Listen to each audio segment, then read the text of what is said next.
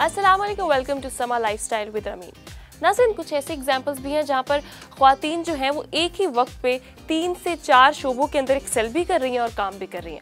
आज मेरे साथ एक ऐसी खातून मौजूद हैं, अरूज कियानी, जो कि हॉर्स साइडर भी हैं, टेंट पैगर भी हैं और साथ ही साथ चाइल्ड डेवलपमेंट पे भी काम कर रही हैं। उनसे जानते हैं कि उनकी ये जर्नी कैसी जा रही है। अस्सलाम वालेकुम। वालेकुम अस्सलाम, मैं बिल्कुल ठीक, थैंक यू। अच्छा अरूज, हमें आपकी जर्नी का तो पता है कि आपने माशाल्लाह पाकिस्तान में पहली ऐसी खातून है जिन्होंने कंपटीशन के अंदर आके नेज़ाबाजी को बाकायदा प्रोफेशन के तौर पर लेकर चली। उससे पहले कि अरूज क्या एजुकेशन ले रही थी, उससे पहले कैसी थी, and how you and up in this profession? उससे पहले एजुकेशन मेरी ए लेवल्स तक पाकिस्तान में थी। उसके बाद फिर लंदन गए थे, वहाँ यूनिवर्सिटी थी, फिर उधर I was settled there for a long time. वापस आए तो मैं अगर आपको सच्ची बात बताऊं तो बहुत घरेलू ज़िंदगी थी। I was at home, very domestic, घर संभालना, फैमिली संभालना और बस वही चल रहा था। यूजुअली जिस तरह मतलब एक खातून से एक्सपेक्ट किया जाता है कि वो इस सोसाइटी के अंदर घर और वो सारा कुछ मेरी आई थिंक उस वक्त तक मेरी ये चीज़ एक नेचुरल थी। एम्बिशन हमेशा से था, मुझे शौक़ भी था, तो मैं साथ साथ अपनी पढ़ाई, रिसर्च, कोई ना कोई अपना एक नीश फॉलो कर रही थी। लेकिन हाँ, प्राइमरीली घर संभालने वाला काम इसलिए भी था क्योंकि हमारे घरों में हमने मदर्स को और खालाओं को सबको यही करते देखा था। लेकिन वो एक उस वक़्त मैं अगर आपको सच्ची बात बताऊँ ना, तो उस वक़्त वो सही लग रहा था। तो उसके बाद फिर वो भी एक बहुत बड़ी रिस्पॉन्सिबिलिटी होती है, घर और बड़ी फुलफिलिंग होती है। मुझे आज तक, अभी तक मैं जितनी मर्ज़ी अपने करियर पाथ फॉलो कर लूँ और जितना मर्ज़ी बिज़ी हो जाऊँ, वो जो एक सुकून घर संभालने का होता है वो अभी भी काफ़ी मुझे महसूस होता है। अच्छा, तो आपकी एजुकेशन एडवर्टाइजिंग के अंदर है, तो वो एक डिफरेंट फील्ड थी और घुड़सवारी और नेज़ाबाजी एक बिल्कुल डिफरेंट थी। तो ये किस तरह कॉप अप हुआ, किस तरह जेलिंग? एक्चुअली वो तो सुमेर यूनिवर्सिटी जो थी उसकी डिग्री क्रिएटिव एडवर्टाइजिंग स्ट्रैटेजी थी और मीडिया स्ट्रैटेजी थी। वो तो बड़ी अर्ली डाई ऑफ हो गया क्योंकि उसके फ़ौरन बाद एक मेरा इंटरेस्ट स्पार्क हुआ छोटे बच्चों की डेवलपमेंट और एजुकेशन पे, और वो बड़े इन डेप्थ वहाँ से मेरा एक अलग पैशन निकला कि अल्लाह की तरफ से, कुदरत की तरफ से बच्चों के एक दिमाग जो अर्ली ईयर्स में बन रहे होते हैं वो बड़े रैपिड डेवलपमेंट हो रही होती है और उसके पीछे बहुत साइंस थी। तो मैं ऑलरेडी अपना करियर उसकी तरफ बदल चुकी थी।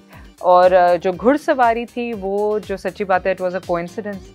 कुछ फ्रेंड्स थे जो लेके गए, मेरा बेटा था वो जा रहा था राइडिंग के लिए और मैं एक्चुअली उसको लेके गई थी। आपका बेटा कितने साल का है? ये 9 साल का है अब। 9 साल के। तो वो बेसिकली किस साल से आपने उसको वो आई थिंक 4-5 साल का था जब मैं उसको लेके गई थी। और उधर एक कर्नल साहब थे, उन्होंने मुझे याद है कि कहा था कि आपने कभी किया, तो मैंने बचपन में की भी थी। तो उन्होंने कहा बस फिर बैठ जाए। वो दिन आज का दिन मैं फिर घोड़े से उतरी नहीं और अल्लाह मियाँ की तरफ से बस ऐसे शौक की वजह से आगे एक्सेल होता गया। ट्रेनिंग वाला फेज तो आपको जाहिर है आपने किया होगा ना? बिल्कुल, एब्सोल्युटली, और बड़ा सख्त किया।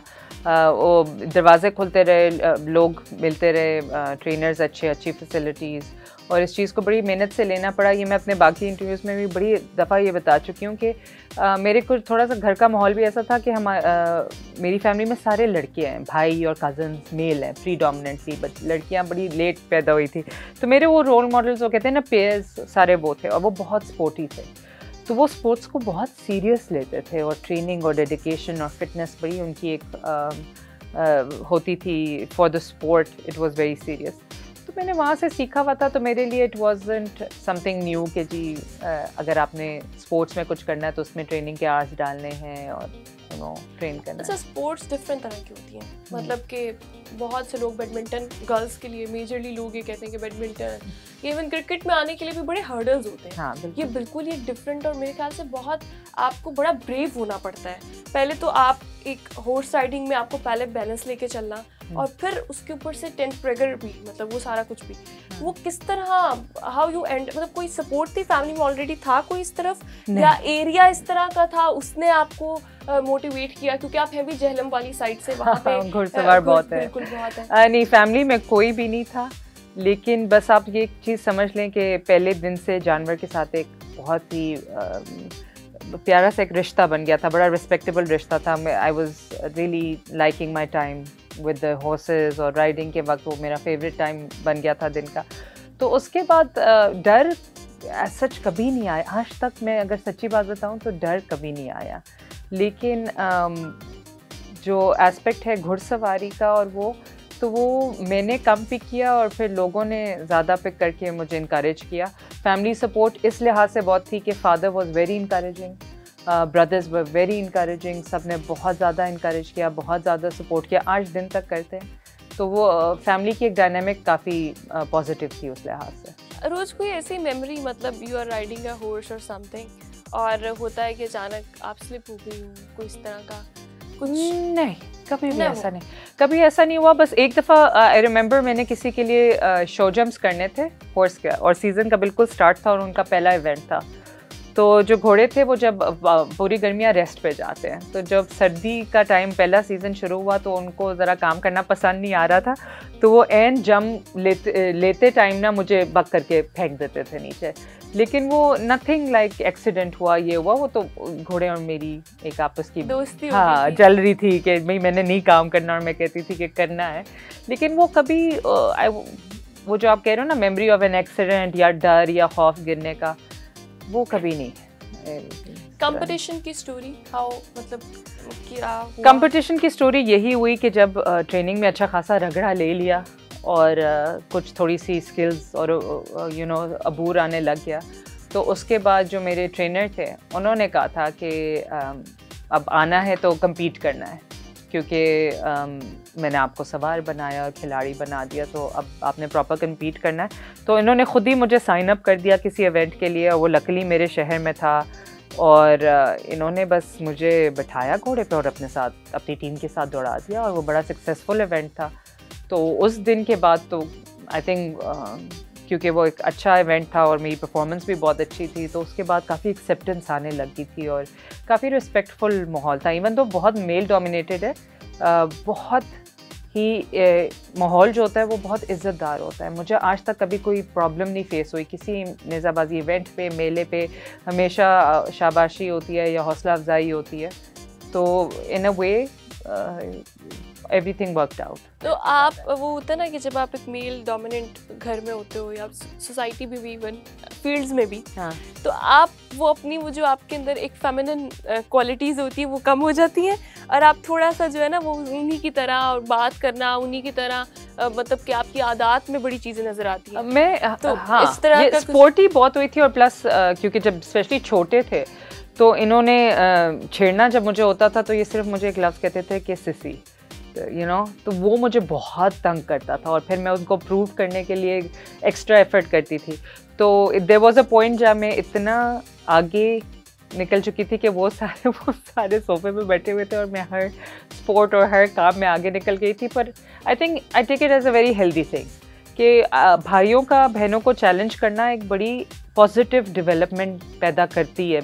और तो मैं कल परसों ही हमारे पास एक आई हुई थी क्लाइंट जो अपने बेटों को ट्रेनिंग करवा रही थी, एंड शी वाज लाइक बेटी घर है, लाइक नहीं आप उसको ला के दिखाएं, बिकॉज ये अपने भाइयों के साथ जो रिश्ता होता है ना इनकरेजमेंट का या इवन ट्रिगर का, कभी कभी बहुत ज़्यादा इरिटेटिंग भी हो जाता है समटाइम्स, जब आप अभी वो पार्ट ऑफ द पार्सल है, वो पार्ट ऑफ द पार्सल है, उसको आप अवॉइड नहीं कर सकते।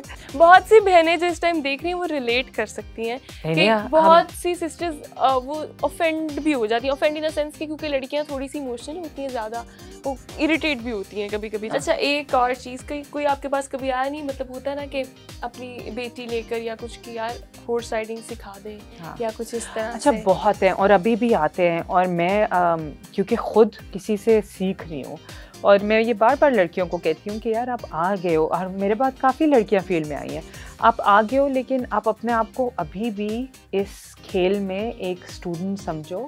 शायद कुछ जनरेशन्स आपको क्योंकि ये 100 साल और बहुत पुराना खेल है, और इसमें बहुत एक्सपर्ट लोग बैठे हैं जिनकी रगों में घुड़सवारी है, जिनकी और ये नेज़ाबाजी है। तो आप थोड़ा सा बच्चियों को मैं कहती हूँ कि अभी क्योंकि एंट्रेंस हमारी स्पोर्ट्स में थोड़ी लेट हुई है, इसको एब्जॉर्ब करो। आप अपना लेंस जो है वो एज अ स्टूडेंट ही रखो, even though you are performing good, आप अच्छा कर रहे हो, आप शाना बशाना चल रहे हो, इट्स ऑलवेज गुड कि आप अपने आप को उस लेवल पे करो। और बच्चियाँ इसलिए जब मेरे पास माँ बाप लाते हैं तो अंदर से internally I am not satisfied कि मैं उस लेवल पे हूँ कि मैं सिखाने पे आ जाऊँ, और ये मेरे अपने ख्याल से थोड़ी सी, मैं हमेशा अपने ट्रेनर से इजाज़त मांगती हूँ कि ये बात सही है, क्या मैं ये आगे कर सकती हूँ, बिकॉज मेरी नॉलेज उनके नॉलेज के करीब नहीं है अभी।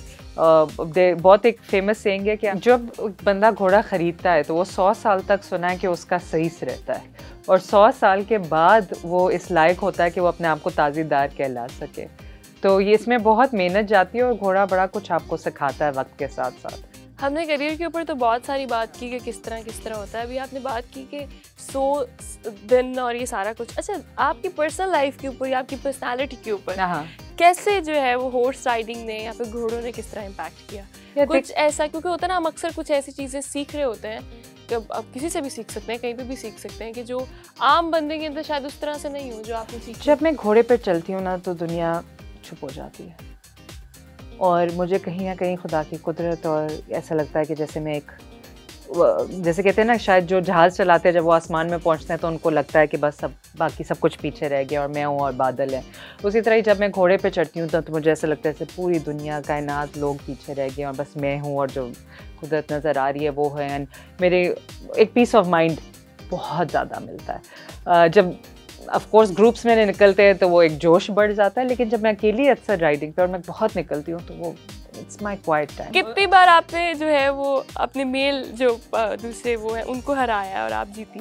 हराया, हम लोग रेस से इस तरह तो नहीं लगाते, पंगे बहुत लेते हैं एक दूसरे के साथ, लेकिन जो हमारे ट्रेनर हैं हम उनको एहतराम में हम अपना घोड़ा थोड़ा खींच भी लेते हैं, लेकिन वो कहते हैं मैं खींच लेता हूँ आपके एहतराम में, हम कहते हैं हम खींच लेते हैं, बिकॉज वो एक बड़ी एक रिस्पेक्टफुल सी इन्वायरमेंट है हमारे लिए। बेसिकली आपके वहाँ का शुगल है ना, घोड़ा खींच लेना, मतलब रिस्पेक्ट भी है, लेकिन एट द सेम टाइम आपकी ये थोड़ा सा टाइम जो आप मेरे ख्याल से शुगल वाला जो टाइम होता है कि आप कभी वो हमारा होता है, शुगल होता है जो स्टार्टिंग पॉइंट में जब घोड़े उछल रहे होते हैं, क्योंकि घोड़े एक दो पट्टियों के बाद ना उन्हें पता चल जाता है कि हमने करना क्या है, और वो फिर जोश पकड़ लेते हैं, तो वो फिर दे स्टार्ट जंपिंग और उछलना शुरू कर देते हैं, और गर्म मजाज होता है कि बस हमें छोड़ो और हम भागे। कई दफ़ा ऐसा हुआ है कि आपके किसी भी, आपके साथ तो आपने बताया कि नहीं हुआ, लेकिन किसी भी इर्द गिर्द बंदे के साथ घोड़ा जो है वो बेकाबू हुआ है, आउट ऑफ कंट्रोल हुआ है? बहुत दफ़ा लेके भाग जाते हैं, पर मेरे तो उसमें मजाक उड़ाया आपने कभी? नहीं, बस हमेशा दुआ की है कि ये हमारे साथ ना हो, क्योंकि वो घोड़ा कंट्रोल करना जो था वो मेरी ट्रेनर ने मुझे बहुत स्ट्रिक्टली बोला हुआ था कि ये आपको काफ़ी सीरियसली लेना पड़ेगा, क्योंकि वो थोड़ी सी बेइज्जती की बात भी हो जाती है कि घोड़ा आपको लेके दौड़ जाए, तो आप कंट्रोल करें। और वो इनकरेज करते हैं। देखिए मैं आपको एक बात बताऊं जो सच्ची बात है, और ये बड़ी प्रैक्टिकल बात है, और अगर बच्चियां सुन रही हैं तो दे शुड नो, कोई अक्लमंदी नहीं है गरम घोड़े पे या शरारती घोड़े पे बैठ के उसको कंट्रोल करना। बेहतर है कि आप उतर जाएं, बेहतर है कि आप एक बेहतर वेल बिहेविंग घोड़े पे चढ़ें, रिलैक्स्ड रहें, और कोशिश करें कि जो जिस चीज़ पे फोकस करना है फोकस करें। हमारे यहाँ शुगल डिफरेंट होता है, वो यहाँ होता है कि अच्छा मैंने अपने आप को प्रूव करना है, तो वो उसी चक्कर में अब जो होता है वो काफ़ी काम बिगड़ जाता है। तो इन्होंने मुझे शुरू से ही, मेरी वो नेचर थी, लेकिन क्योंकि ट्रेनिंग काफ़ी हद तक हो चुकी हुई थी तो उन्होंने बस काफ़ी मुझे समझाया था कि इसमें इतना नहीं। मुझे ऐसा लगता है आपकी तमाम बातों से कि ट्रेनर बहुत इंपॉर्टेंट होता है, बहुत इंपॉर्टेंट, आपका ट्रेनर बहुत इंपॉर्टेंट होता है। लेकिन ये जो शुगल वाली बात है ना कि बहुत से लोग उसका चैलेंज लेते हैं कि अगर शरारती घोड़ा है तो हमने कि मतलब इसको करके दिखाऊंगा या इसको करके दिखाऊंगी तो शायद ज़्यादा रिस्पेक्ट। और फिर गिरने वाली बात, वो तो हम लोग भी आम तौर पर जा रहे हैं और अगर कहीं गिर जाए तो उसकी एम्बेरसमेंट अलग ही होती है। बहन भाइयों में बड़ी हैं आप सबसे? मैं दरमियान में, मिडिल चाइल्ड के मसले तो बताएं हमें क्या क्या होते हैं। मैं देखिए मिडिल चाइल्ड हूँ लेकिन इकलौती बेटी भी हूँ, हाँ, लेकिन उसमें इतने इश्यूज नहीं है। लेकिन जो है आपकी एक अपनी, मेरे तो अपने ख्याल से एडवांटेजेस हैं। मुझे रूम ज़्यादा मिलती है, बड़े पे प्रेशर ज़्यादा होता है, उसने प्रूव करना होता है कि you know he is responsible. छोटा हर किस्म की शरारत से ही कैन गेट अवे, दरमियान वाले को लीवे मिल जाती है ज़्यादा। आपका अभी बेटा भी है और आपका कोई प्लान है उसको आगे इसी फील्ड में लेकर जाने? बिल्कुल, वो सही से he is training, he is looking after सारे घोड़ों को। उसने हमारे साथ सफाई भी करनी होती है, उसने दाना भी डालना होता है। जब मैं फार्म हाउस जाती हूँ तो हमारी एक चारपाई लगती है दरख्त के नीचे, और वो जब तक घोड़े भाग रहे होते हैं या खुले दौड़ रहे होते हैं और मैंने उन पर नज़र रख रही होती हूँ, और मैंने एक रिकॉर्ड करके मूवी भेजनी होती है अपने ट्रेनर को ताकि वो देख सके कि घोड़ों के हालात ठीक हैं सब कुछ, मेरे साथ बैठा होता है, तो वो जब तक मैं स्टेबल्स में होती हूँ वो स्टेबल्स में होता है, उनके सारे काम करता है, और एक किस्म का उसका डर निकल रहा है उनके पैरों के साथ आगे पीछे उनके घूमना, उनके वो कभी कभी बड़ा क्यूरियस होता है, कभी दांत देख रहा होता है, कभी उनकी टांगे देख रहा होता है, तो वो एक अच्छी चीज़ है कि जहनी तौर पे वो फ्रेंडली हो जाता है इंसान जानवर से कस्टम हो गया। बीइंग मुझे लगता है बीइंग अ फीमेल स्पेसिफिकली, मैं कोई बीइंग अ फीमेल भी नहीं बल्कि कोई मेल है या फीमेल है, हम चूँकि किसी भी जानवर के साथ इतने मानूस नहीं होते, बड़े कम, ज़्यादा से ज़्यादा पेट रख लिया, बिल्ली रख ली, ज़्यादा से ज़्यादा डॉग रख लिया, तो वो एक डर बहुत से लोगों के अंदर, बहुत से लोगों के अंदर। एक बड़े मज़े की कहानी है, मेरी अपनी बेस्ट फ्रेंड लंदन में थी और वो कुत्तों से बहुत डरती थी, और आप लंदन पार्क्स में तो बहुत लोग कुत्ते लेके वॉक करते हैं, तो मुझे याद है कि एक बड़ा सा कुत्ता आया, वो डर के पीछे हो गई और उसकी प्रैम में उसका बेटा था, और कुत्ते ने छलांग मार के ना प्रैम में बेबी को हेलो किया। नहीं, he was a very friendly kid. अब वो इस तरह जब भी कोई कुत्ता था वो पीछे हो जाती थी, कुत्ता आता था बेबी के पास। अब वो बच्चा ही लव्स डॉग्स, वो बिल्कुल नहीं डरता। पॉइंट ये है कि आपका एक्सपोजर बहुत मैटर करता है। वहाँ पे बच्चे कीड़े हाथ में उठा लेते हैं, यहाँ से हम छोटी उम्र से उनको कहते हैं कि भाई कीड़े से दूर रहो, इसको मार दो, पीछे हट जाओ, ये वो। तो हम लोगों ने खुद बच्चों को थोड़ा सा एक्सपोजर से डराया हुआ है। हम जितना उनका एक जानवरों से एक्सपोजर रखेंगे उतना उनकी एक झिझक ख़त्म होगी, और जानवर जो है वो स्पेशली घोड़ा तो बहुत ही ज़हीन जानवर है, और बच्चों को मैंने आज तक घोड़ों को बच्चों के साथ मस्ती करते हुए नहीं देखा। बहुत में नरम मिजाज हो जाते हैं जब बच्चे पास आते हैं, तो मुझे ना ऐसा कोई खौफ है उसके साथ ज़्यादा। और ये वही बात कि आपका बेटा भी उसी चीज़ को लर्न करा, और ये बहुत अच्छी बात कि हम मानूस नहीं होते। हाँ। हम मतलब वो एक डर हमेशा रहता है और वो चलता रहता है क्योंकि एक्सपोजर नहीं मिलता अनफॉर्चुनेटली। अच्छा, अभी आपका आगे, आपने अभी तो कहा कि आपका ट्रेनिंग का कोई प्लान नहीं है किसी को भी ट्रेनिंग देने का या कुछ इस तरह से, लेकिन आगे क्या प्लान्स हैं? और अभी आप ट्रेनिंग सेंटर खोला है, राइडिंग स्कूल भी खोला है, पर उस्ताद प्रॉपर रखने के लिए, क्योंकि मुझे ऐसा लगता है कि अगर आप एक चीज़ कमिट कर रहे हो तो आपको क्वालिटी वही देनी चाहिए जो आप अपने लिए चूज़ करो। मैं खुद इसलिए वहाँ होना चाहती हूँ बिकॉज मैं चाहती हूँ कि बच्चियाँ कंफर्टेबल हों, क्योंकि एक औरत की सपोर्ट वहाँ फील होना, स्पेशली जब आपने बच्चों के पोस्चर सीधे करने हो या उनको कुछ घोड़े के ऊपर बैठना या अपने आपको बैलेंस करना सिखाना हो, तो when coming from a women वो थोड़ा ज़्यादा इजी कंफर्टेबल होता है। मर्द भी हमारे हेजिटेट करते हैं फुली समझाने के लिए कि आपके पोस्चर में क्या है, एरर है या कुछ है, तो आई थिंक उस लिहाज से तो I want to be we need female trainers as well. लेकिन वो एक्सपर्टीज के जो मैं सिखा रही हूँ उसका लेवल प्रोफेशनल है, उसके लिए मेरा तावन, हाँ, I need to make sure कि उधर एक प्रॉपर बिल्कुल बेहतर है। अरुज, लास्ट पे कोई मैसेज आप देना चाहें फीमेल्स को जो इस फील्ड में आना चाहती हैं या फिर ओवरऑल बेसिकली? मेरे कुछ रोल मॉडल्स हैं और मैंने अभी उनसे रिसेंटली पूछा था कि अगर मैं 2-3 चीज़ें लेके अपने साथ रखूं, क्योंकि मुझे उनकी सक्सेस और उनकी जो कहानी थी वो बहुत इंस्पायर की थी, तो उन्होंने बड़ी काम की बातें की थी। उन्होंने एक बात ये की थी कि किसी की भी मदद करते वक्त नहीं हिचकिचाना, चाहे वो आपकी कंपटीशन में ना बंदा खड़ा हो रहा हो, क्योंकि एक जो चीज़ खुलूस से और एक अच्छी नीयत से चीज़ निकलती है ना, उसका इमल बदल कुदरत कर देती है। कहते हैं ना कारमा होता है, आप किसी के साथ अच्छा करोगे तो अच्छा होगा।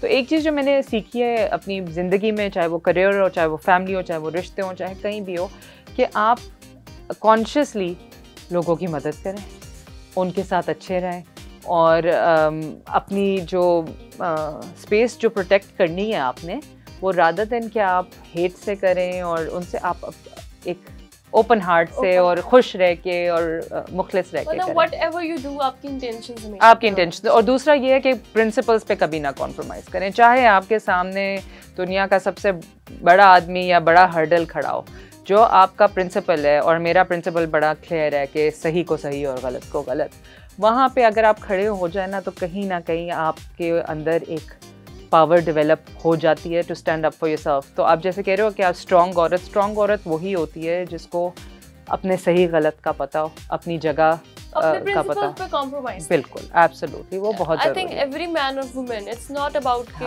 औरत या मर्द, बिल्कुल, बेसिकली आप अगर अपने प्रिंसिपल्स का आपको पता है और आप उसके ऊपर स्ट्रांग हो, तो आप अपनी पर्सनालिटी को भी स्ट्रांग रख सकते हो। फिर डेडिकेशन के साथ, जिस तरह आपने हॉर्स राइडिंग भी की डिफरेंट डायमेंशंस के अंदर, फिर आपने चाइल्ड डेवलपमेंट के लिए काम किया, अभी आपके लिए एंड देयर नो शॉर्टकट्स। मैं अगर आपको सच्ची बात बताऊं, अब मैंने जब ट्रेनिंग ली थी और मेरी बहुत हैवी और सीरियस ट्रेनिंग थी, मुझे नहीं याद होता था मेरा फ़ोन की तरह. So there was no videos, no pictures, no modelling with the horse, nothing. उस वक्त जो था वो सिर्फ ट्रेनिंग थी. तो अब अल्लाह मियाँ खुद मौका दे देता है, कभी कोई इंटरव्यू हो जाता है, कभी कहीं इवेंट पे कोई ले लेता है. तो at the end of the day if you deserve it, आपको उसका प्लेटफॉर्म मिल जाता है. लेकिन उस पॉइंट तक आने के लिए कोई शॉर्टकट नहीं है, आपको मेहनत बहुत ज़रूरी है. ये हमारे यूथ का बहुत प्रॉब्लम है अनफॉर्चुनेटली, कि हम सब लोग कहीं ना कहीं शॉर्टकट ढूंढ रहे होते हैं कि किसी भी फील्ड में वो क्विक रिजल्ट, वो एक हमें, हाँ, और फिर इसके अलावा हमें ओवरनाइट फेम भी चाहिए. बिल्कुल, अनफॉर्चुनेटली. तो वो फिर शॉर्ट लिव्ड होता है. हाँ. आई थिंक आप जितना अपनी खुलूस से अपनी करियर को इन्वेस्ट करते रहते हो ना, उतना आपका जो है long. I can see that. जिस तरह अभी आप बात कर रही थी, मेरे ख्याल से you are fully invested in everything that you do.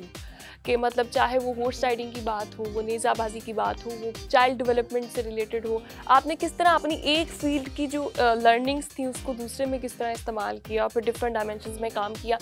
I think Arooj, we need more females like you, और good luck for your journey. आप जो अकेडमी के लिए काम कर रही हैं, जो आगे आने वाली फीमेल्स के लिए काम कर रही हैं, आई होप कि जो आपका इनिशिएटिव है ये बहुत अच्छा रहे, और हमारी जो आगे आने वाली हॉर्स राइडर्स बनना चाहती हैं या टेंट प्रेगर्स के उस फील्ड में जाना चाहती हैं, या चाइल्ड डेवलपमेंट जिस भी जगह पे हमारी फीमेल्स काम करना चाहती हैं, वो आपसे इंस्पायर होके truly you are an example. Thank you so much for your time. और इसी के साथ मैं अपने प्रोग्राम समा लाइफस्टाइल विद रामीन से आपसे इजाज़त चाहूँगी. आपके कोई भी कमेंट्स हो तो आप नीचे बता सकते हैं. अपना बहुत ख्याल रखिएगा. अल्लाह, अपने के बाद.